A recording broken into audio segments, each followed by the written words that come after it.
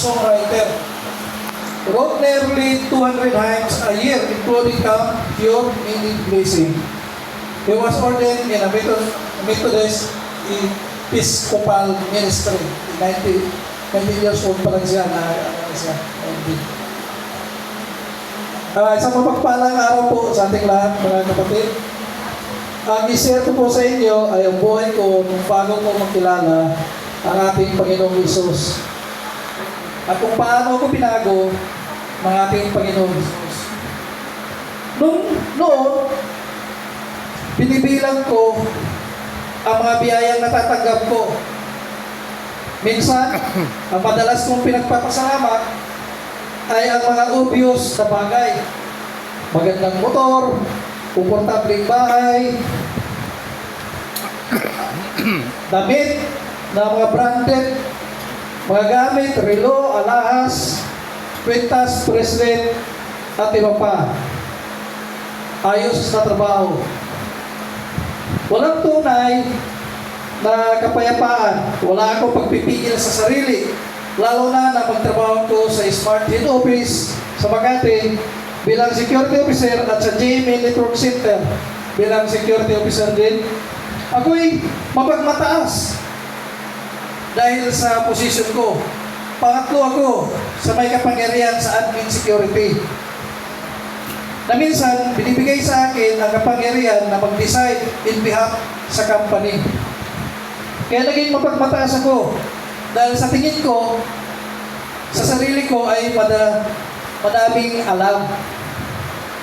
Wala din akong pasensya sa mga taong slow makaintindi. Mahal ko ang sarili ko at nakadepende lang ako sa aking sarili. Dahil para sa akin, kapag umasa ko sa iba, sumbat lang ang ipabalik nila sa akin. At dahil dito, nakadepende ako sa sarili kung lakas. Alam ko na may Diyos. Pero, wala akong personal na pagkilala sa Kanya. Nagdarasal ako, pero selfish desire. Ang panalangin ko, di ko alam na puro hindi kalooban ng Diyos ang dinarasal ko sa Kanya.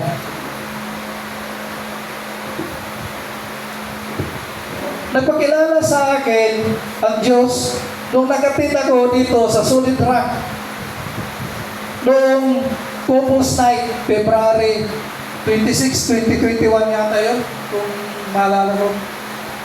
Dinala ko ng asawa ko dito para mag-attend lang sa event na yun.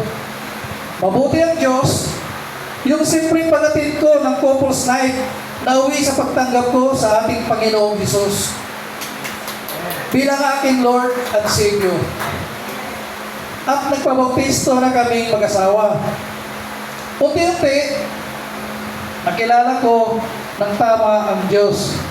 Natutunan ko ang mga salita ng Diyos sa aking pag-attend sa weekly service at lumalalim word for word sa pag-attend ko ng discipleship, midweek service, at lalo na sa dispensation period na natakil namin tuwing itong nakalipas na April, na malalim talaga siya.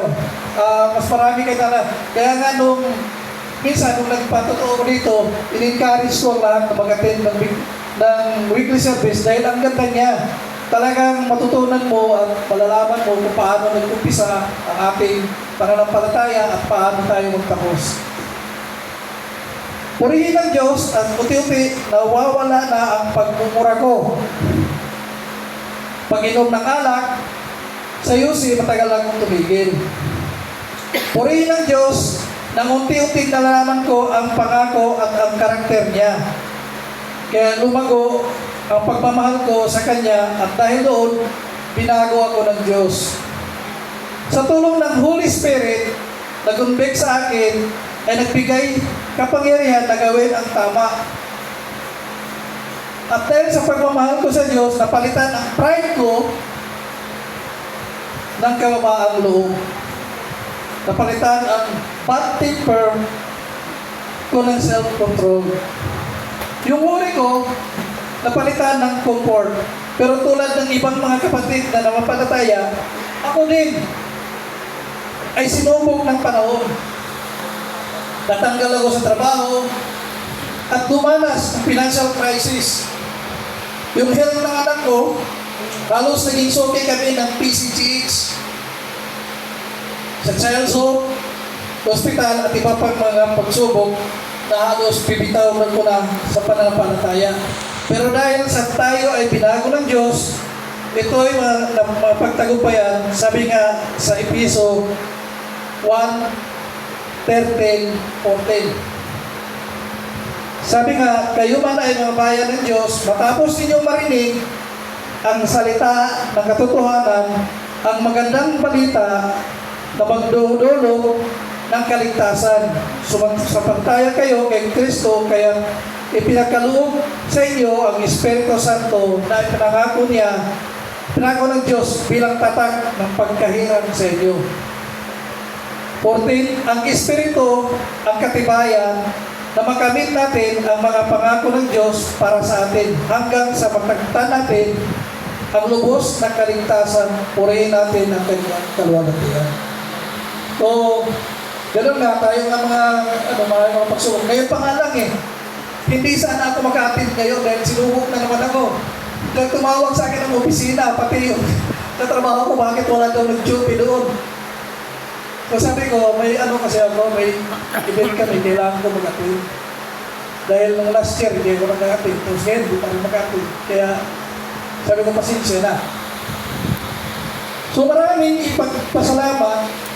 Kaya lang, siyempre, kailangan mas lumali pa ang ating pasasalamat sa ating Panginoon Diyos, hindi lang sa mga materials na blessing, kundi kailangan ko ding ipagpasalamat ang spiritual blessing na natatanggap ko. Bakit?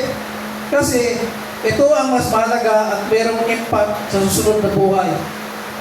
Ang mga blessing na ito ay nagbibigay sa akin ng kalakasan at paglago kahit pa sa pinakamahirap na sandali ng aking buhay. Nothing is impossible to God. God is in control. God is all-knowing, ever-present, and all-powerful God. I am J.B. Misias, servant and child of God.